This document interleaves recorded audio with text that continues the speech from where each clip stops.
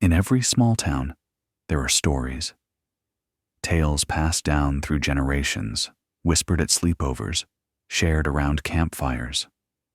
Stories about haunted houses, cursed woods, and things that lurk in the darkness.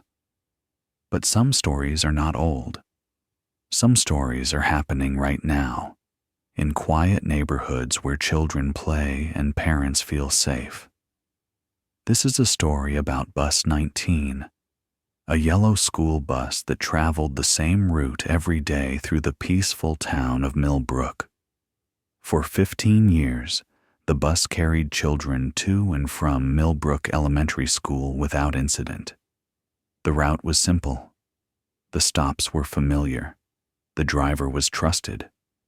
But on one October afternoon, something changed.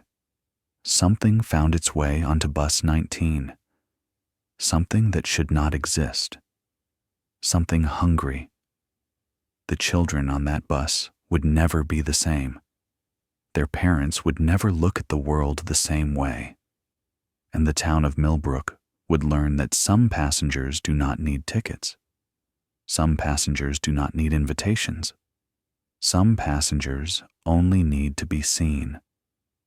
The autumn air was crisp and cold as Bus 19 pulled away from Millbrook Elementary School. The engine rumbled with a familiar growl, and the brakes squeaked at every stop sign. Inside, 32 children filled the worn leather seats, their voices creating a symphony of chaos that Harold Jenkins had grown accustomed to over his 15 years as a bus driver. Harold was 63 years old with gray hair and kind eyes, hidden behind thick glasses. He had driven this route so many times that he could do it with his eyes closed. Every turn, every pothole, every stop was etched into his memory. He knew the names of every child on his bus. He knew their parents. He knew which kids caused trouble and which ones sat quietly reading books. Today felt different, though. Harold could not explain why. There was a heaviness in the air, a strange pressure that made his ears feel full. He glanced in the rearview mirror at the children. They seemed normal, loud, energetic, eager to get home. Emily Marsh sat in the very back seat, her usual spot. She was 11 years old with curly brown hair and glasses that were always sliding down her nose. Emily was a quiet girl who preferred books to conversation. She liked the back of the bus because it was the farthest from the noise, and she could watch the world pass by through the window. Today, Emily was not reading. She was staring out the window at the trees that lined rural Route 7, the long stretch of road that connected the school to the residential areas. The trees were old oaks and maples, their leaves turning brilliant shades of orange and red. In a few weeks, they would be bare. The bus passed Miller's Pond, then the old Hutchinson farm that had been abandoned for 20 years. Emily watched these landmarks pass just as she did every day. And then she saw it. Standing at the edge of the tree line, perhaps 50 feet from the road, was a figure. Emily's first thought was that it was a man, a very tall man. But something was wrong with the proportions. The arms were too long, the body was too thin, and the way it stood was unnatural, like a puppet held up by invisible strings. Emily's breath fogged against the cold window. She squinted, trying to see more clearly. The figure did not move. It simply stood there, watching the bus pass. "Sarah," Emily whispered to her friend sitting beside her. "There's a man in the trees." Sarah Chen looked up from her phone. "What?" "Look, by the old farm. There's someone standing there." Sarah leaned over Emily to look out the window.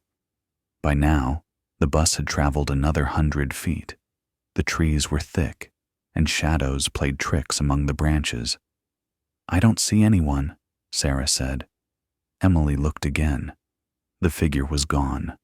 The spot where it had stood was empty, just trees and fallen leaves and nothing else.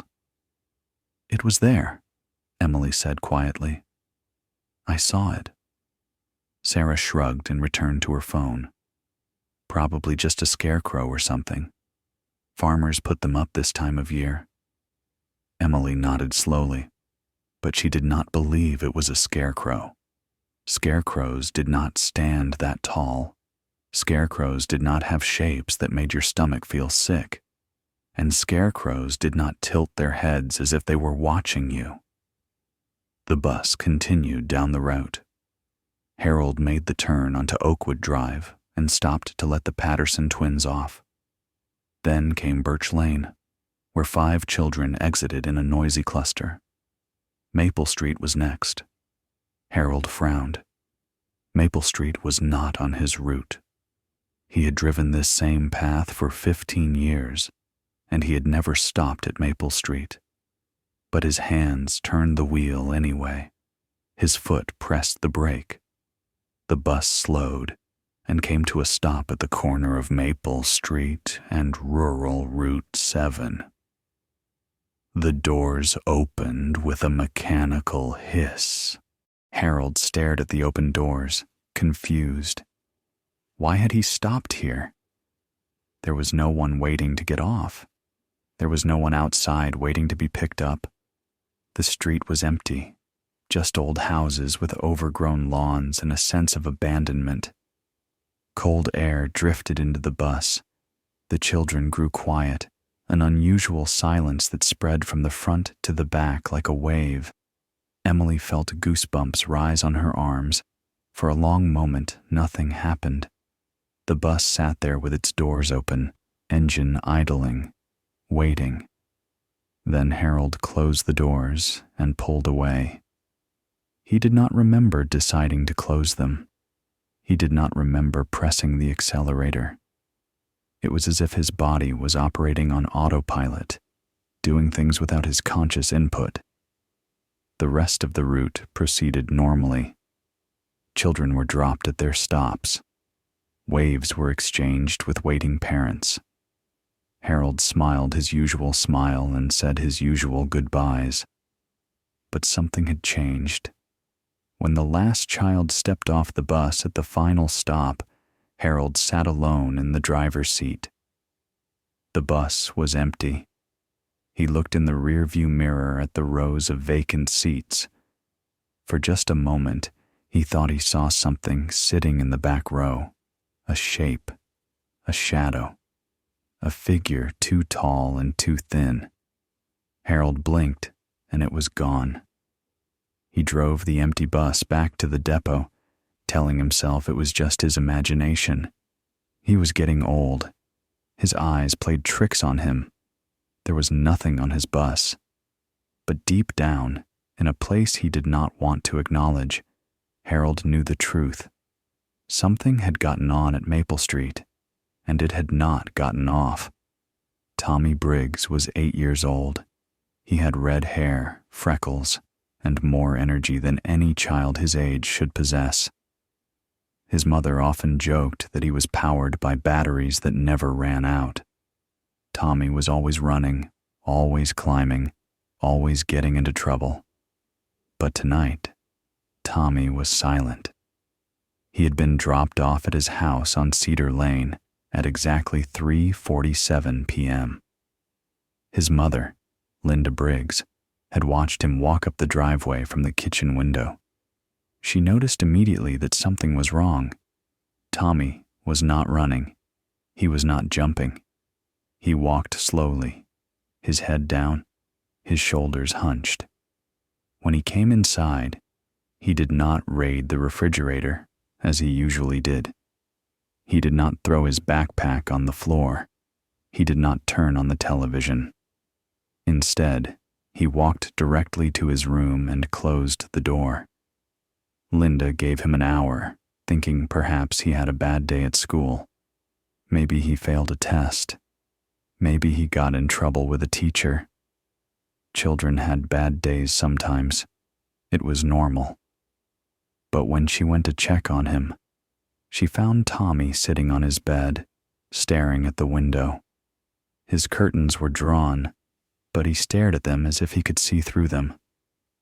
"Tommy, sweetheart, are you okay?" Tommy did not respond. Linda sat beside him on the bed. She touched his forehead, checking for fever. His skin was cold. "Did something happen at school?" Tommy finally spoke. His voice was small and distant, like he was speaking from somewhere far away. "It followed us home, Mommy." Linda felt a chill run down her spine. "What followed you home?" "The tall thing. It got on the bus, and it followed us home." Linda looked at her son's pale face. His eyes were wide and glassy. She had never seen him like this. "What tall thing, Tommy? What are you talking about?" Tommy slowly turned his head to look at his mother. His eyes were filled with a fear that no 8-year-old should know. "It's outside right now. It's watching." Linda stood up abruptly. She walked to the window and pulled back the curtains. The backyard was empty. The swing set stood motionless. The trees at the edge of the property swayed gently in the evening breeze. There was nothing there. "See? There's nothing outside, Tommy. You probably just saw a shadow or something. Your imagination is playing tricks on you." But Tommy shook his head slowly. "It's there, Mommy. You just can't see it yet. But you will. Everyone will." Linda tried to comfort her son. She made him his favorite dinner. She let him watch cartoons. She read him extra bedtime stories. But nothing helped. Tommy refused to look at any window. He refused to go near the back door. And when Linda finally tucked him into bed, he grabbed her hand with surprising strength. "Don't let it in, Mommy. No matter what. Don't let it in." That night, Linda Briggs did not sleep well. Across town, similar scenes were unfolding in different houses. Jessica Palmer, age 10, refused to eat dinner. She sat at the table with her parents, pushing food around her plate, her eyes fixed on the sliding glass door that led to the patio. "Jessica, eat your vegetables," her father said. "There's something outside," Jessica whispered. Her parents exchanged worried glances. "There's nothing outside, sweetheart. It's tall.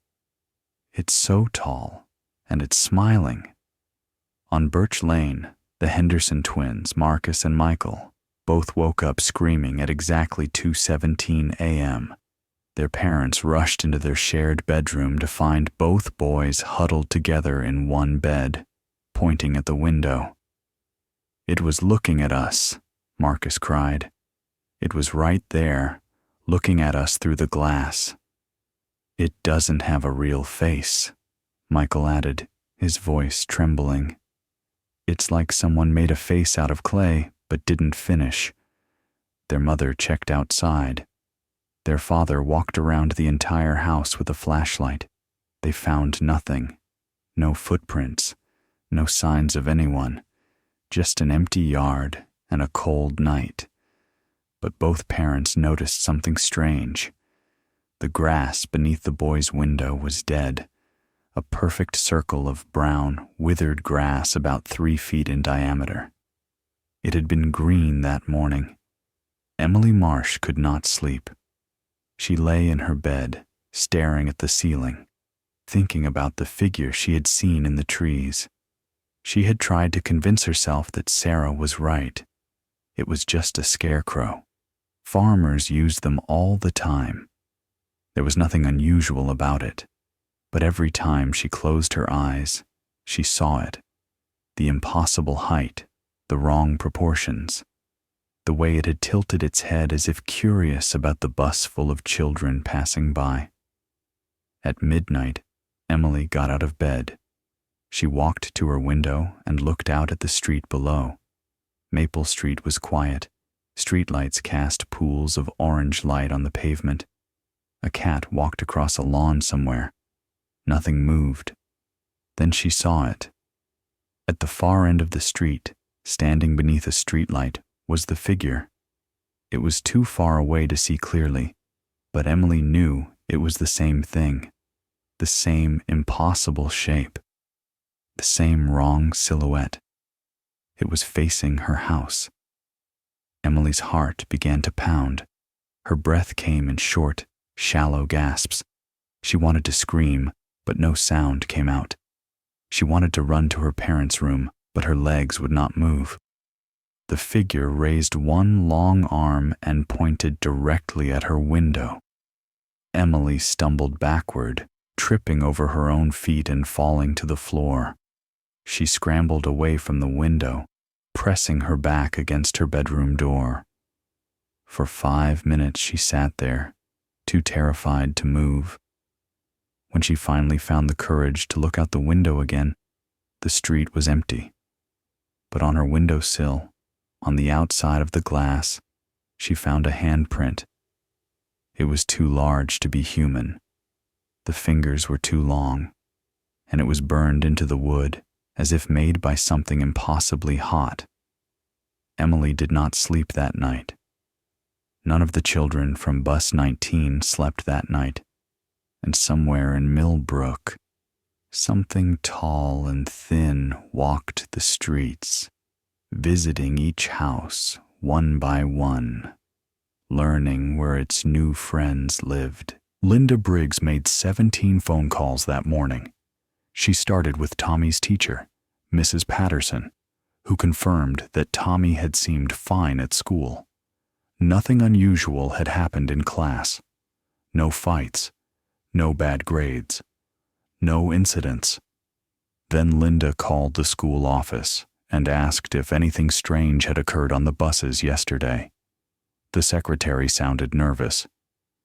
"Mrs. Briggs, you're the 9th parent to call this morning with concerns. The transportation department is looking into it. 9 parents, 9 families experiencing the same thing." Linda felt a cold knot forming in her stomach. She had hoped that Tommy's behavior was isolated, a bad dream, an overactive imagination. But 9 families meant something else entirely. She found the contact list from the PTA and started calling other parents from Bus 19. Sarah Chen's mother answered on the second ring. "Mrs. Chen, this is Linda Briggs, Tommy's mom. Our kids ride the same bus." "Mrs. Briggs, yes, I was going to call you." Mrs. Chen's voice was strained. "Sarah didn't sleep last night. She keeps talking about something on the bus, something tall." Linda's hand trembled. Tommy said the same thing. Exactly the same thing. "What is happening?" "I don't know, but I'm going to find out." By noon, Linda had spoken to 11 parents. Every single one reported the same symptoms. Their children were terrified. Their children could not sleep. Their children spoke of something tall, something wrong, something that had followed them home. Linda organized a meeting at her house for that evening. Every parent from Bus 19 was invited. They needed to talk. They needed to share information. They needed to understand what had happened to their children. Harold sat in the transportation office, facing 3 administrators and a woman from the school district's legal department. They asked him questions for 2 hours. What time did he leave the school? What route did he take? Did he notice anything unusual? Did he make any unscheduled stops? Harold answered honestly. He told them about the normal pickup at the school. He described the usual route down rural Route 7. He mentioned the familiar stops at Oakwood Drive and Birch Lane, and then he paused. "There was one thing," he said slowly. "I stopped at Maple Street." The administrators exchanged glances. One of them, A thin man named Reynolds leaned forward. "Maple Street isn't on your route, Harold." "I know. I've never stopped there before. But yesterday, I did. I don't know why. It was like something made me stop." "Made you stop?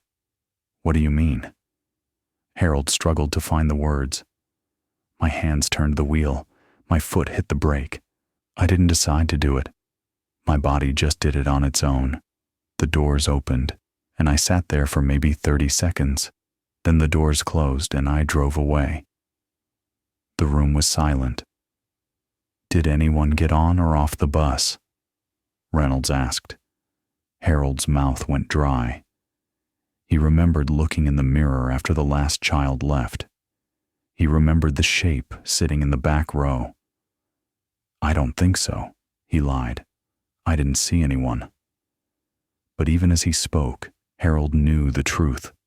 Something had gotten on at Maple Street. Something invisible. Something wrong. After the meeting, Harold drove to Maple Street alone. He parked his car at the corner where he had stopped the bus and got out. The street was old and neglected. Most of the houses looked abandoned. Lawns were overgrown. Windows were dark and empty. Harold walked down the sidewalk, looking at each house. At the end of the street, he found something that made his blood run cold. An old church, abandoned. The steeple had collapsed years ago. The doors hung open, revealing nothing but darkness inside. A faded sign stood in the front yard, barely readable after decades of weather. Millbrook Church of the Ascended, founded 1847, closed 1952. Harold stared at the sign, 1952. The church had been closed for over 70 years. He had lived in Millbrook his entire life, and he had never heard of this church. He had never even noticed this street. Something about the church pulled at him, a feeling deep in his chest, a compulsion to walk forward, to enter the darkness, to see what waited inside. Harold took a step toward the church, then another. He was halfway up the path when his phone rang, shattering the silence. He gasped and stumbled backward, the spell broken. It was dispatch again. He was halfway up the path when his phone rang, shattering the silence. He gasped and stumbled backward, the spell broken. It was dispatch again. "Harold? Where are you? We've been trying to reach you." Harold looked at his phone. He had missed 7 calls. He had been standing in front of the church for over an hour, though it felt like only seconds. "I'm fine," he said, his voice shaking. "I'm on my way back." "Symbols?" Harold asked. "What kind of symbols?" "My mother saw them once. She snuck in as a teenager on a dare. She described them as pictures of something tall and thin, surrounded by smaller figures. She said it looked like children holding hands around a giant." The room was silent. Outside, the wind had picked up. Branches scraped against the windows like fingers trying to get in. "The tall shepherd," Linda repeated. "You're saying this thing has been in Millbrook since 1952? "Longer than that," Margaret said. "The church was founded in 1847. That's when the first sightings were reported. Travelers on the old roads would see something standing in the fields at night, something impossibly tall. They called it different names over the years, the Stilt Man, the Watcher, the Long One, but the church gave it its true name." "Why did it come back now?" someone asked. "Why after all these years?" Harold thought about Maple Street, the abandoned houses, the empty church, the doors of his bus opening on their own. Maybe it never left, he said quietly. Maybe it was just waiting for someone to open the door. That night, the entity grew bolder. At the Henderson house, Marcus woke to find his bedroom door open. He had locked it before going to sleep. The hallway beyond was dark, but he could hear breathing. Slow, wet, wrong. "Michael," he whispered to his brother. Michael was awake too. His eyes were wide in the darkness. "It's not Michael," a voice said from the hallway. It sounded almost like their father, but the words were stretched and distorted. "It's me. Let me in." "You're already in the hallway," Marcus said, his voice trembling. Silence, then laughter, low and rumbling, like stones grinding together. "Not in the hallway," the voice said. "In you. Let me in."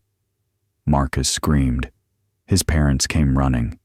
They found both boys huddled in the corner, pointing at the empty doorway. There was nothing there. But on the floor of the hallway, they found footprints. Long, narrow footprints burned into the carpet. They led from the boys' room to the front door. The front door was wide open. At Emily Marsh's house, the phone rang at 3 a.m. Robert answered it, groggy and confused. "Hello?" Static. Then a voice, Emily's voice. "Daddy? Daddy, help me. It has me. It has all of us." Robert's blood turned to ice. He ran to Emily's room. She was there, asleep in her bed, safe. He returned to the phone. "Who is this? What do you want?" The voice changed. It was no longer Emily. It was something else, something ancient. "We want to ascend," it said, "and your children will guide us." The line went dead. Across Millbrook, 32 families experienced similar horrors that night. Phone calls from voices that should not exist. Footprints that burned through floors. Shadows that moved against the light. And everywhere, the children dreamed the same dream. They were on the bus again. But this time, it was not driving through Millbrook. It was driving through darkness, endless darkness. And sitting beside each child was the tall shepherd, holding their hand with fingers like branches. In the dream, it spoke to them. "Tomorrow," it whispered, "tomorrow we ascend together." The next morning, Bus 19 arrived at every house on its route, but Harold Jenkins was not driving. No one was driving. The bus moved on its own, doors opening at each stop. And one by one, the children walked out of their houses. Their eyes were glassy. Their movements were stiff. Their parents screamed and grabbed at them, but the children kept walking. 32 children boarded the empty bus. The doors closed. The bus drove toward Maple Street. Parents followed in their cars, desperate and terrified. But when they reached the corner of Maple Street, they found nothing. The street was gone. The church was gone. Only an empty field remained, as if nothing had ever been there. And in the center of the field stood 32 pairs of small shoes, arranged in a perfect circle. The children of Bus 19 were never seen again. Some nights, travelers on rural Route 7 report seeing a yellow bus driving through the darkness. Inside, small faces press against the windows, watching, and beside them sits something tall, something thin, something smiling. The tall shepherd found its flock